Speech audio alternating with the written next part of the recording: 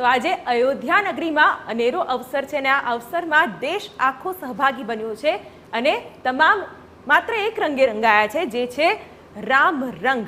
ત્યારે અયોધ્યાનો એક લાંબો સંઘર્ષ રહ્યો છે, પરંતુ કાશી મથુરા બાકી છે। ત્યારે દેવનાથ બાપુએ કાશી મથુરાને લઈને શું કહ્યું એ પણ આપને આ તબક્કે સંભળાવીએ।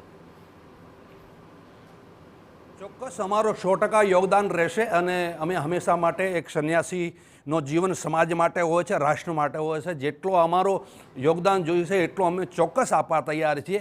અને અમે તો પહેલે ત્રણેય ચીજ માંગેલી હતી, અયોધ્યા, કાશી અને મથુરા। અમે કીધું અમને પ્રેમથી આપી દીધું કે એમ તો અમારા 40,000 મંદિરો તોડેલા છે, પણ અમે 40,000 નથી માંગતા, અમે ત્રણ જ માંગીએ છીએ।